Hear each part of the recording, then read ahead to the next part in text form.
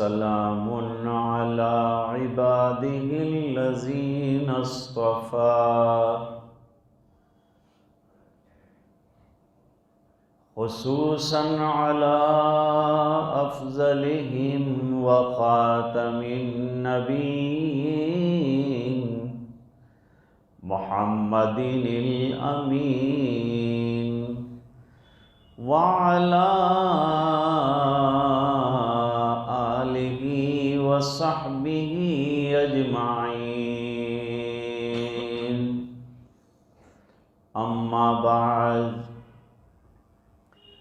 أعوذ بالله من الشيطان الرجيم بسم الله الرحمن الرحيم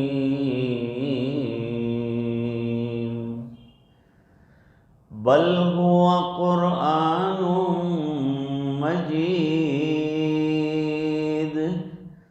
في لوح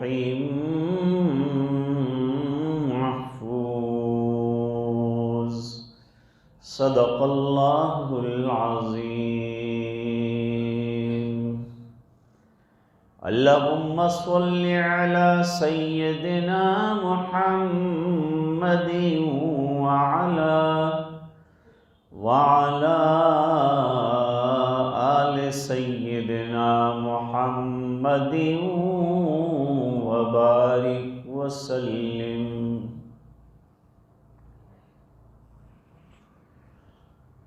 قرآن کریم اللہ کی کتاب بھی ہے اور اللہ کا کلام بھی۔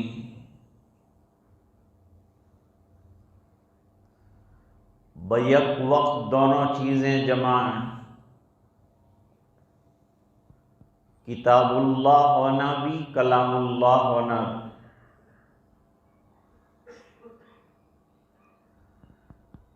آیت کریمہ جو تلاوت ہوئی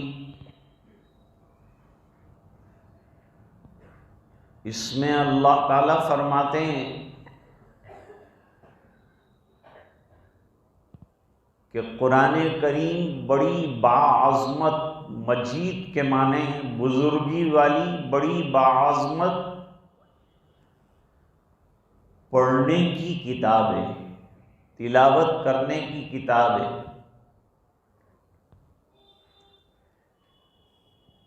اس بنا پر کہ نمازوں میں بھی پڑھی جاتی ہے،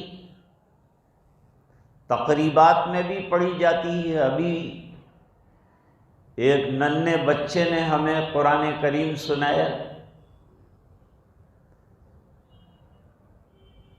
اور محفلوں میں بھی سنائی جاتی، مختلف موقعوں سے تلاوت کی جاتی ہے، تو پڑھی جانے والی کتاب ہے، اس لیے اس کا نام قرآن ہے۔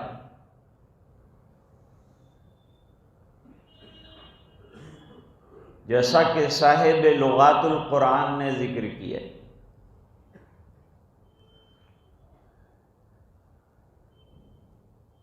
حق تعالی شانہ کا جو علم ازلی وہ کلام نفسی میں منتقل ہو کر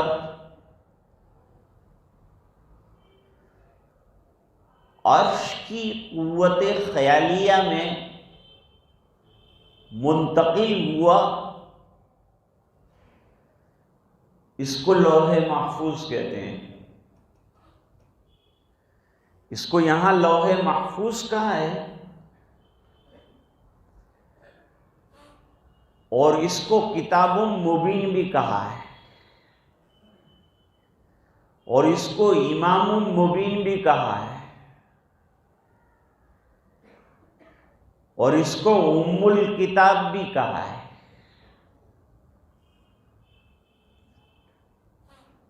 قرآن کریم واقعی پڑھنے کی کتاب ہے اور اس دنیا میں اس وقت کے جو حالات ہیں اور جو کتابیں پڑھی جاتی ہیں، اگر مذہبی اعتبار سے دیکھا جائے تو سب سے زیادہ اگر کوئی آسمانی کتاب اور دھارمک گرنتھ پڑھا جاتا ہے تو وہ قرآن کریم ہے۔ پوری دنیا میں اس کی تلاوت عام ہے، لاکھوں کی تعداد میں بلکہ کروڑوں کی تعداد میں حفاظ قرآن کریم پڑھتے ہیں، اور عام لوگ بھی الحمدللہ قرآن کریم کی تلاوت کرتے ہیں۔ یہ قرآن کریم کا ایک اعجازی پہلو ہے۔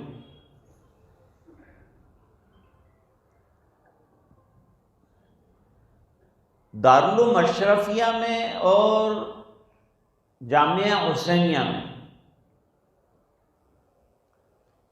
یہ دونوں مدرسوں میں حضرت حکیم الاسلام رحمۃ اللہ علیہ تقریباً 30 سال تک لگاتار ایک مقرر کی حیثیت سے تشریف لائے اور چنارواڑ میں اور مختلف علاقوں میں بیان ہوئے۔ انہوں نے ایک حدیث سنائی تھی، تبرک بالقرآن، قرآن کریم کے ذریعے سے برکت حاصل کیجیے، لِأَنَّهُ کلام اللہ تعالی وخرج منہ، اس بنا پر کہ یہ اللہ کا کلام ہے اور اس میں سے نکل کے آنے والی چیز ہے۔ کلام متکلم کے اندر سے آتا ہے۔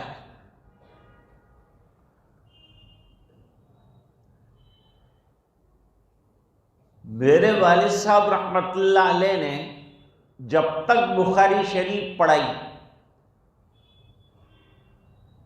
جب تک ہر سال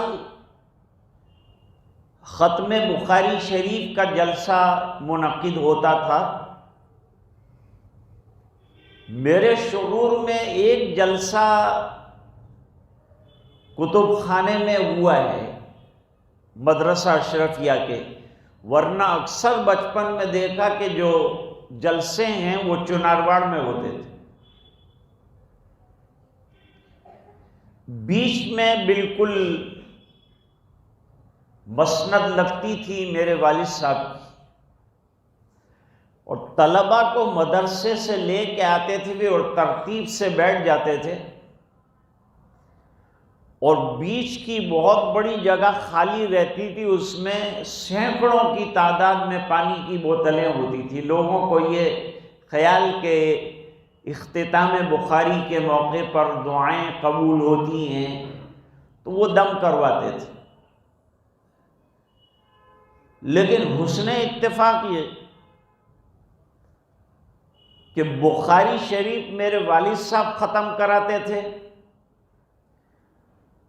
اور بخاری شریف کے ختم ہونے کے بعد حضرت امام بخاری رحمۃ اللہ علیہ کی شان میں حضرت مولانا احمد اشرف صاحب رحمۃ اللہ علیہ بیان فرماتے تھے، اور اخیر میں دعا بھی حضرت مولانا احمد اشرف صاحب رحمۃ اللہ علیہ فرماتے تھے۔ اور اس کے بعد میرے والد صاحب چپکے سے جوتے لے کر دروازے سے نکل جاتے تھے اور گھر پہنچ جاتے تھے، اور حضرت رحمت اللہ علیہ وہ بوتلوں پر پھونکیں وغیرہ لگاتے رہتے تھے۔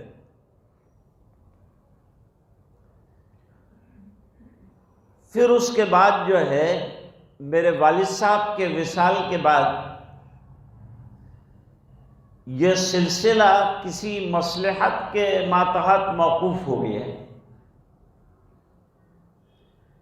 کچھ حضرات کا تو اعتراض یہ جاتا ہے کہ بھئی قرآن کریم کا اجلاس نہیں ہوتا، حالانکہ قرآن جو ہے اصح الکتب ہے، اور بخاری شریف کا جلسہ اتنے زور شور سے کیوں کرتے ہیں، یہ کہیں بدعت نہ ہو جائے اتنا التزام کرنے کی وجہ سے۔ اس وقت اعلان بھی نہیں کرنا پڑتا تھا، لوگوں کو پتہ چل جاتا تھا اور لوگ جمع ہو جاتے تھے اور آ کر بیان بہت محبت سے سنتے تھے۔ یہی حال جامعہ حسینیہ میں حضرت مولانا شیخ احمد اللہ صاحب رحمۃ اللہ علیہ کا برسوں تک رہا، ان کا بھی درس برسوں تک سنا۔ اب الحمدللہ اللہ کا فضل ہوا ہمارے دلوں میں علماء کی محنت کی برکت سے، مدرسوں کی محنت کی برکت سے قرآن کریم کی بھی بہت عظمت الحمدللہ آ گئی۔ دیکھیے آج کتنا شاندار اور کتنا متبرک اجلاس ہو رہا ہے، کیسا اچھا بچوں کو دستار بندی کی گئی، کتنا بہترین انہوں نے قرآن کریم سنایا، مدرسے کی کارروائی کتنی بہترین طریقے سے سامنے آئی۔ تو اب تو یہ اعتراض نہ رہا کہ بھئی آپ قرآن کریم کو فوقیت نہیں دیتے اور حدیث کو آپ نے پہلا درجہ دیا ہے، وہ بات تو رہی نہیں، لیکن وہ سلسلہ بہرحال منقطع ہوں گے۔ میرے والد صاحب جو ہیں ختم بخاری کے موقع پر باب قول اللہ تعالی وندع الموازین القسط سے شروع نہیں کرتے تھے، طلبہ کو تقسیم کر دیتے تھے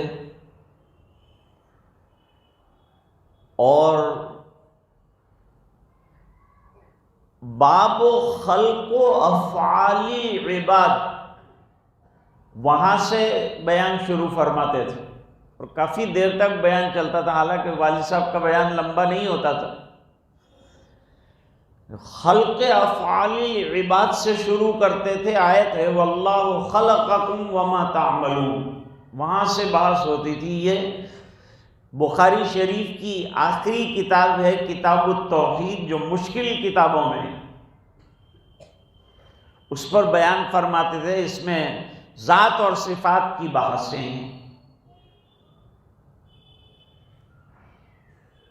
تو اس میں ایک واقعہ آگے چل کر ایک باب آتا ہے، باب قراءۃ الفاجر والمنافق، فاسق فاجر کی قراءت اور منافق کی قراءت، اس کے سلسلے کا فرق جو ہے وہ حدیث کی روشنی میں حضرت امام بخاری رحمۃ اللہ علیہ نے نقل فرمایا ہے۔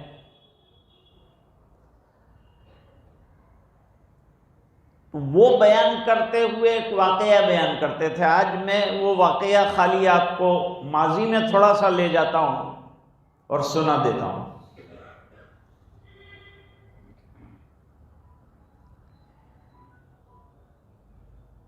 واقعہ یہ بیان کرتے تھے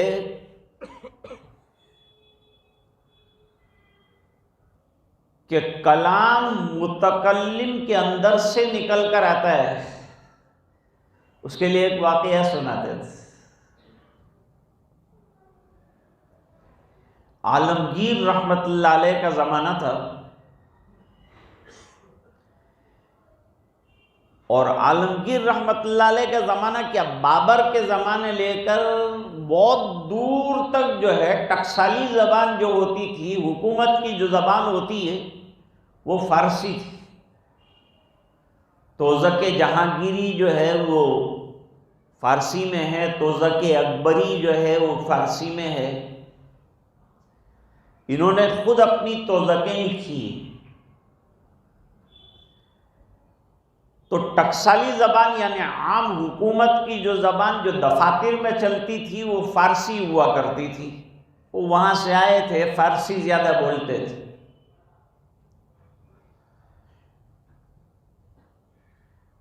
تو ایران سے وہاں کے بادشاہ نے ایک سنا کہ بھئی یہاں بہت زبردست فارسی بولتے ہیں، اور ان کو بھی، ایران والوں کو بھی اپنی فارسی کا بڑا غلغلہ تھا کہ ہم فارسی بہترین جانتے ہیں، کوئی ہمارا مقابلہ فارسی میں نہیں کر سکتا۔ عربی کے بعد دوسری بڑی زبان فارسی ہے۔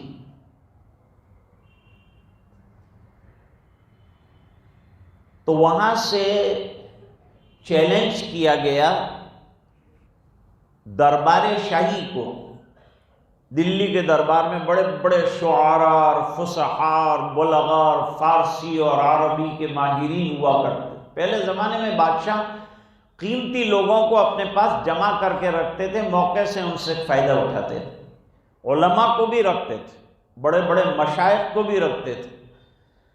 عالمگیر رحمت اللہ علیہ نے برہان پور میں محنت کر کے فتاوی عالمگیری کو ترتیب دیا۔ کئی علماء، تقریباً 40 علماء 40 کمروں میں رہتے تھے، اور بحث و مباحثے کے بعد فتوے لکھے جاتے تھے. وہ فتاوی عالمگیری آج بھی لوگ استدلال کر رہے ہیں اس سے. یہ بڑا علمی کام کیا ہے. عالمگیر رحمت اللہ علیہ علمی شخص تھے اور اللہ نے سمجھ بھی بڑی عطا فرمائی. اب معلوم نہیں آپ کہاں تک سمجھیں گے. یہ شعر کا ایک مصرع آیا وہاں سے، اور یہ کہا گیا تھا کہ اس کا جواب درکار ہے. جواب بالکل اپروپریٹ ہونا چاہیے، صحیح ہونا چاہیے، جوڑ بیٹھ جانا چاہیے. کیا مصرع آیا؟ مصرع آیا در ابلق کسے کمدیدہ موجود. در ابلق کسے کمدیدہ موجود، یعنی چتکبرا موتی بہت کم دیکھا گیا ہے. سفید ہوگا، لال ہوگا، بلو ہوگا، یلو ہوگا، گرین ہوگا، لیکن چتکبرا ہو سفید اور اس کے اوپر ڈاٹس بنے ہوں سیاہ سیاہ، ایسا موتی کسی نے دیکھا نہیں.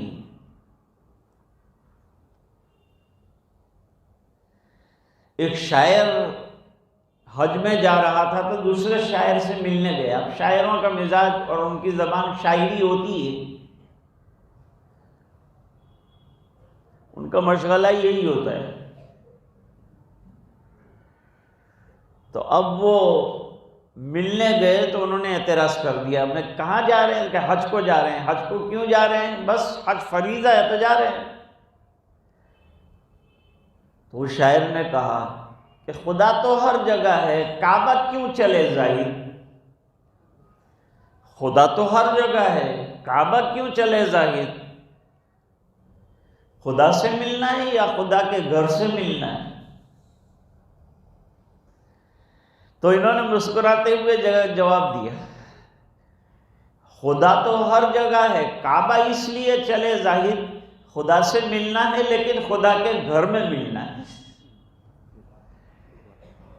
تو یہ جواب دیا. تو شعراء کی باتوں کا جواب بھی شعر و شاعری میں ہوتا ہے. کسی زمانے میں آریہ سماجی اور عیسائیوں نے مل کر مشاعرے رکھے تھے. مسلمان بھی شامل ہوتے تھے، دوسرے لوگ بھی شامل ہوتے تھے.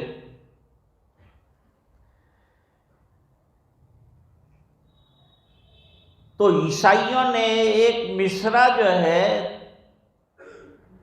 وہ رکھا کہ بھئی اس کا جواب لایا جائے. فی البدی مشاعرہ تھا، فوری طور پر وہ اس کا جواب چاہیے. فی البدی مشاعرہ، فی البدی ایک مصرع پیش کیا گیا. دین محمد کا گھٹے دین مسیحا بڑھ جائے. اب کیا جواب دیا جائے؟ بڑے بڑے شعراء بیٹھے ہیں. دین محمد کا گھٹے دین مسیحا بڑھ جائے، یعنی حضور کا دین علیہ باللہ گھٹے اور عیسیٰ علیہ السلام کا دین بڑھ جائے. لوگ حیران تھے کہ اس کا مصرع کیا جوڑنا اور شعر کو مکمل کیسے کرنا، کیا جواب دینا، حیران تھے لوگ. ایک آدمی راستے سے ایسے ہی گزر رہا تھا، اس نے کہا کیوں پریشان ہو بھائی لوگ؟ بھائی تمہارے بس کی چیز نہیں ہے، یہ بہت بڑا مصرع آیا ہے، اس کا جواب دینے میں سر پھٹول میں ہیں ہم لوگ. کیا ہے مصرع تو سناؤ. کہا بھائی تمہارے کو سمجھ میں نہیں آئے گا، تم نثر تو جانتے نہیں ہو، نظم کا کیا جواب دو؟ ارے بھائی کہہ تو دو، شاید کوئی جواب بن پڑ جائے. دین محمد کا گھٹے دین مسیحا بڑھ جائے. تو اس نے مسکرا کے کہا کہ اس میں تو کوئی ایسی خاص بات نہیں، گر براق نبوی سے خر عیسیٰ بڑھ جائے. اور خر عیسیٰ حضرت محمد الرسول اللہ کی براق سے آگے بڑھ نہیں سکتا، تو دین بھی محمد صلی اللہ علیہ وسلم کا آگے رہے گا، دین عیسیٰ اس سے آگے نہیں جا سکتا. در ابلق کسے کمدیدہ موجود. شعراء یہاں پریشان تھے، تو عالمگیر کی بیٹی، ابھی مجھے نام یاد پڑتا ہے، زیب النساء نام تھا، والد کو پریشان دیکھا زیب النساء نے، کہا ابا جان اتنے پریشان کیوں ہے؟ کہا ایران سے چیلنج آ گیا ہے، جواب دینا مشکل ہو رہا ہے۔ کیا آیا ہے ایران سے مصرع؟ در ابلق کسے کم دیدہ موجود، چتکبرا موتی کم دیکھا گیا ہے، نایاب چیز ہے۔ تو لڑکی نے مسکراتے ہوئے، کتنی بڑی شاعرہ اور کتنی بڑی عالمہ فاضلہ ہے، جواب دیا کہ یہ تو بالکل آسان مصرع ہے، اب بھی میں تیار کر کے آپ کو دوسرا مصرع بتاتی ہوں۔ مگر اشک بتاں سرما آلود، بیچارے چھوٹے بچے تو اب کیا اردو سے بھی محروم ہو رہے ہیں ہم لوگ، تو عربی کی تو اور فارسی کی تو بات ہی کیا کی جائے۔ مدرسوں سے بھی دھیرے دھیرے فارسی کو رخصت کرنے کی فکر ہو رہی ہے۔ مگر اشک بتان سرما آلود، میرے والد صاحب بہت شوق سے اس کو بیان فرماتے تھے۔ ہاں چتکبرا موتی تو کسی نے نہیں دیکھا ہے،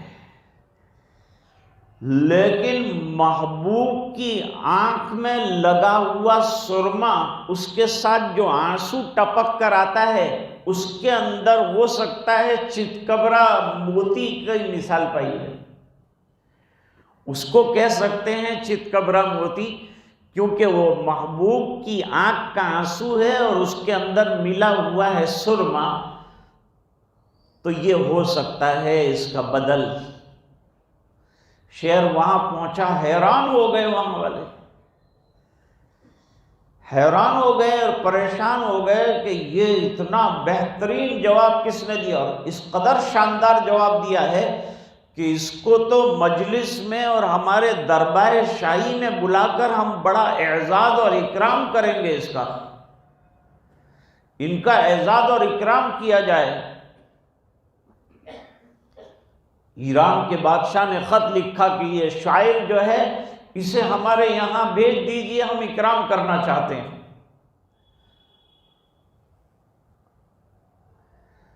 عالمگیر کے پاس وہ خط آیا تو انہوں نے کہا موٹی مگے مڑی پاچی ہوئی تھی، ایک تو پہلا شہرنو جواب دی دو تے پسند آؤ تے نوی مصیبت کے بھی ریتے ہوئے نے حل کر بھی۔ اب یہ شاعر نہیں ہے، شاعرہ ہے، اور پردہ بڑا زبردست، مغلوں کے یہاں پردے کا بڑا زبردست نظام تھا۔ وہ نور جہاں نے دور کہیں بہت درختوں کے پیچھے کلومیٹر دور جو ہے وہ دھوبی کے لڑکے کی ذرا سی ہیولا دیکھا تو وہاں سے جو ہے بندوق چلائی۔ یہ حرکت کوئی غیر محرم کیسے آ گیا یہاں؟ تو پردے کا بڑا سخت نظام تھا ان حضرات کے یہاں، پردے کا بہت رواج تھا۔ عام طور پر تمام مغل خاندان کے اندر گھر میں بھی، زنانہ میں، حرم میں پردے کا بڑا نظام۔ بادشاہ پھر گھر گئے، جا کر کہا بیٹا نئی مصیبت آئی، اب تجھے یاد کر رہے ہیں، دربار شاہی میں بلا کر تیرا اعزاز اور اکرام کرنا چاہتے ہیں، جیسے یہ بچوں کا اعزاز اور اکرام کیا گیا۔ خوش ہونا چاہیے، آج ہمیں بہت خوشی کا موقع ہے، جیسے ابھی مولانا عادل صاحب نے کہا، مسرت کا موقع ہے، فرحت کا موقع ہے۔ قُلْ بِفَضْلِ اللَّهِ وَبِرَحْمَتِهِ فَبِذَلِكَ فَلْيَفْرَحُوا، آج خوش ہونا چاہیے کہ ہماری بستی میں الحمدللہ 5 ہیرے تیار ہو گئے، اور انہوں نے الحمدللہ قرآن کریم کو اپنے سینے میں رکھ کر منور کر لیا اپنے سینے کو، اور امت کی خدمت میں مدرسے نے جہاں بہت سے حفاظ پیش کیے ہیں، یہ نئی سوغات بھی جو ہے آج پیش کی ہے، تو ہم سب کو خوش ہونا چاہیے، منہ لٹکا کے نہیں بیٹھنا چاہیے۔ ہم تو ایسے بیٹھے ہیں جیسے کسی کے ماتم میں آئے، ارے خوشی اور فرحت کا اظہار کیجیے۔ اتنے ننھے منھے بچوں نے اتنا بڑا قرآن 6666 آیتیں اپنے سینے میں رکھ کر اسے چمکا لیا۔ ان کے ماں باپ کو کتنا خوش ہونا چاہیے، ہم اہل راندیر کو کتنا خوش ہونا چاہیے، ہم اہل قریہ کو کتنا خوش ہونا چاہیے، ان کے اساتذہ کو کتنا خوش ہونا چاہیے۔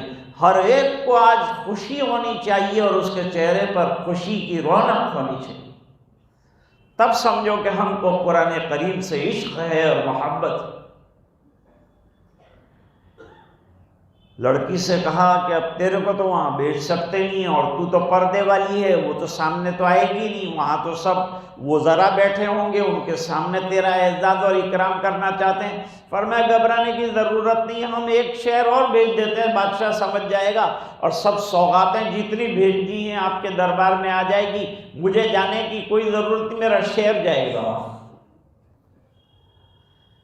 اب شعر لکھا، وہ شعر سے استدلال کرتے تھے میرے والد صاحب۔ در سخن مخفی منم چون بوئے گل در برگ گل، ہر کے دیدن میل دارد در سخن بیند مراد۔ میں اپنے کلام میں پوشیدہ ہوں، شاعرہ کیا کہتی ہے، اور زیب النساء کا تخلص جو ہے وہ مخفی تھا، مخفی کے معنی پوشیدہ، چھپا ہوا۔ در سخن مخفی منم چون بوئے گل در برگ گل، ہر کے دیدن میل دارد در سخن بیند مراد۔ میں اپنے کلام کے اندر پوشیدہ ہوں، مجھے باہر آ کر تمہیں اپنا جلوہ دکھانے کی ضرورت نہیں ہے۔ اگر مجھے دیکھنا ہے تو مجھے میرے کلام کے اندر ایسا دیکھو جیسے کہ پھول کی خوشبو ہوتی ہے، پھول کے اندر پوشیدہ، اس طرح سے میں اپنے شعر کے اندر پوشیدہ ہوں، دیکھنا ہو تو اس کو دیکھیں۔ تو بات آج کی یہ تھی کہ قرآن کریم اللہ کا کلام ہے اور پڑھنے کی کتاب ہے۔ حضرت علی کرم اللہ وجہہ فرماتے ہیں کہ ایک صاحب نے آ کر مجھے کہا کہ امیر المومنین مسجد میں کچھ لوگ باتیں کر رہے ہیں، ادھر ادھر کی بیٹھ کر باتیں کر رہے ہیں۔ کہا واقعی ایسا کر رہے ہیں؟ ان حضرات کو قرآن سیکھنا چاہیے، جب مسجد میں بیٹھے ہیں تو ان کو قرآن سیکھنا چاہیے، قرآن کریم پڑھنا چاہیے، اس لیے کہ قرآن کریم میں پچھلوں کا حال بھی بیان کیا ہے، آگے کا پروگرام بھی دیا ہے۔ بڑا فتنہ جو آنے والا ہے، بہت خطرناک فتنہ آئے گا، اس سے بچنا اگر چاہتے ہو تو قرآن کریم کے ذریعے سے بچو گے۔ آج فتنوں کا دور ہے، چاروں طرف فتنے برپا ہیں، طرح طرح کے فتنے، اندرونی بھی ہیں، بیرونی بھی ہیں، ملکی بھی ہیں، غیر ملکی بھی ہیں، اپنوں کی طرف سے بھی ہیں، غیروں کی طرف سے بھی ہیں۔ کیا کریں ہم؟ ایک ہی راستہ ہے، وَاعْتَصِمُوا بِحَبْلِ اللَّهِ جَمِيعًا وَلَا تَفَرَّقُوا۔ اللہ کی کتاب کو مضبوطی کے ساتھ تھام لو، یعنی پڑھو بھی، اس پر عمل بھی کرو، تلاوت بھی کرو، اس کے احکام پر عمل بھی کرو۔ مفسر قرآن حضرت عبداللہ ابن عباس رضی اللہ تعالیٰ عنہ کی روایت مشہور ہے، فرمایا قرآن کریم کے حرام پر عمل کرو کہ اسے حرام سمجھو، اور جو چیزیں حلال فرمائی ہیں اس پر بھی عمل کرو، اور جو احکام ہیں ان پر بھی عمل کرو۔ نتیجہ یہ ہوگا کہ دنیا میں بھی اللہ تعالیٰ سرفراز فرمائیں گے اور آخرت میں بھی کامیابی عطا فرمائیں گے۔ قرآن کریم نجات کا راستہ ہے اور کامیابی کا بہترین راستہ ہے۔ اس لیے میں نے آیت پڑھی آپ کے سامنے، بل ہوا قرآن مجید، یہ قرآن کریم بڑی باعظمت پڑھی جانے والی کتاب ہے، بل ہوا قرآن مجید فی لوح محفوظ، اور لوح محفوظ کے اندر مرتسم ہے، یہ کلام نفسی کو وہاں رکھا گیا ہے، کتاب مبین میں رکھا گیا ہے، کتاب امین میں رکھا گیا ہے، ام الکتاب میں رکھا گیا ہے، امام مبین میں رکھا گیا ہے، ذکر کہا گیا ہے۔ تو ہمیں آج بڑی فرحت اور مسرت حاصل ہے کہ الحمدللہ ان طلباء نے حضرت فقیر محمد صاحب کے قائم کردہ ادارے میں رہ کر ہمارے نوجوان علماء کی نگرانی میں اور حفاظ کرام کے زیر نگیں قرآن کریم کی دولت حاصل کر لی۔ اب یہ دولت کو برقرار رکھنا اور اس کو باقی رکھنا یہ ہمارے اختیار میں ہے۔ یاد کرنا آسان ہے، اللہ تعالیٰ قرآن میں فرماتے ہیں وَلَقَدْ يَسَّرْنَا الْقُرْآنَ لِلذِّكْرِ فَهَلْ مِن مُدَّكِرٍ، ہم نے قرآن کریم کو تلاوت کرنے کے اعتبار سے، سطحی طور پر سمجھنے کے اعتبار سے اور عمل کرنے کے اعتبار سے آسان کر دیا ہے۔ کوئی یاد کرنے والا ہے، کوئی تلاوت کرنے والا ہے، کوئی پڑھنے والا، یہ ہے اللہ کا کلام۔ حضور پاک صلی اللہ علیہ وسلم کو جو منامی معراجیں ہوئی ہے، اس میں ایک معراج میں ایک منظر دکھایا گیا۔ منظر یہ تھا کہ ایک آدمی لیٹا ہوا ہے، دوسرا آدمی سر پر کھڑا ہے، اور جو کھڑا ہوا آدمی ہے اس کے ہاتھ میں پتھر ہے، وہ لیٹے ہوئے کے سر پر مارتا ہے، اس کا سر کچل جاتا ہے۔ وہ پتھر لینے کے لیے جو کھڑا ہوا شخص ہے وہ دور جاتا ہے، اتنے میں اس کا سر ٹھیک ہو جاتا ہے۔ پھر دوبارہ یہ مارتا ہے، پھر سر کچل جاتا ہے، پتھر دور جاتا ہے، پھر لینے کے یہ عمل جاری ہے۔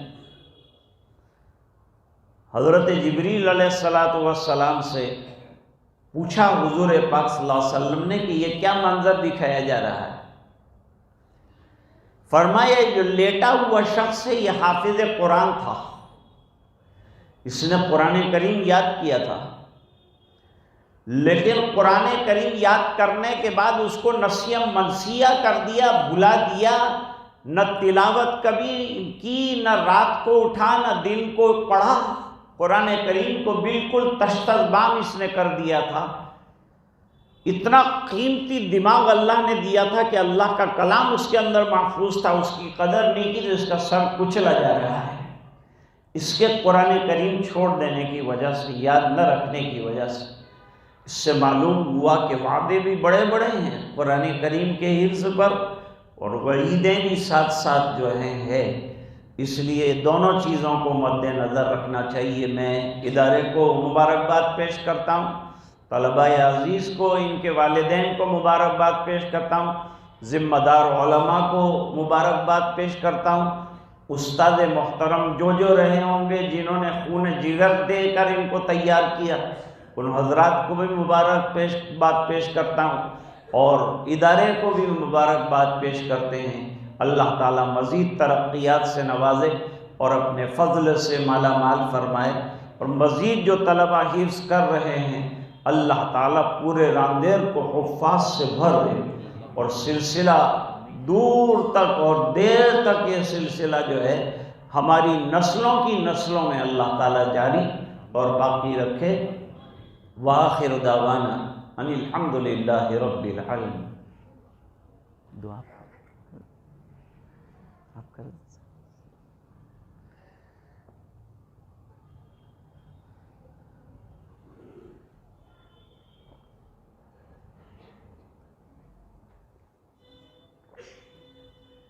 بسم اللہ الرحمن الرحیم اللہم لک الحمد کلہ ولک الملک کلہ ولک الشکر کلہ والیک یرجع الامر کلہ علانیتہ وسرہ اللہم صلی علی سیدنا محمد وعلی آل سیدنا محمد وبارک وسلم ربنا آتنا فی الدنیا حسنہ وفی الآخرۃ حسنۃ وقنا عذاب النار وادخلنا الجنة مع الابرار یا عزیز یا غفار اللہم افتح لنا بالخیر واتمم لنا بالخیر واجعل عواقب امورنا بالخیر بیدک الخیر انک علی کل شیء قدیر اللہم نور قلوبنا بنور القرآن وزین اخلاقنا بنور القرآن وادخلنا الجنة بالقرآن ونجنا من النار بالقرآن اللہم اجعل القرآن ربیع قلوبنا نور صدورنا ذہاب همومنا وغمومنا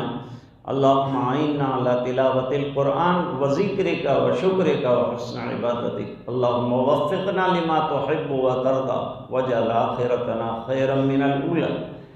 اے الہ العالمین ہمارے گناہوں کو معاف فرما، کوتاہیوں سے درگزر فرما، اپنا فضل اور کرم شامل حال فرما، رحم کے، کرم کے، خیر کے، عافیت کے فیصلے فرما۔ اللہ جن طلباء نے حفظ قرآن کریم کیا ہے ان کے سینوں میں تادم حیات قرآن کریم کو باقی فرما، تلاوت کی توفیق عطا فرما، ہر وقت اس کا ورد کرنے کی توفیق عطا فرما، اس کی قدردانی نصیب فرما، اس کی عظمت ہمارے دلوں میں جاگزین فرما، ہر ایک کے دل میں اللہ قرآن کا عشق و قرآن کی محبت بھر دے۔ اللہ جو طلبہ یاد کر رہے ہیں ان کے حافظوں کو قوی فرما دے، یاد کرنا ان کے لیے آسان فرما دے، اساتذہ کی محنتوں کو قبول فرما لے، ادارے کو قبول فرما۔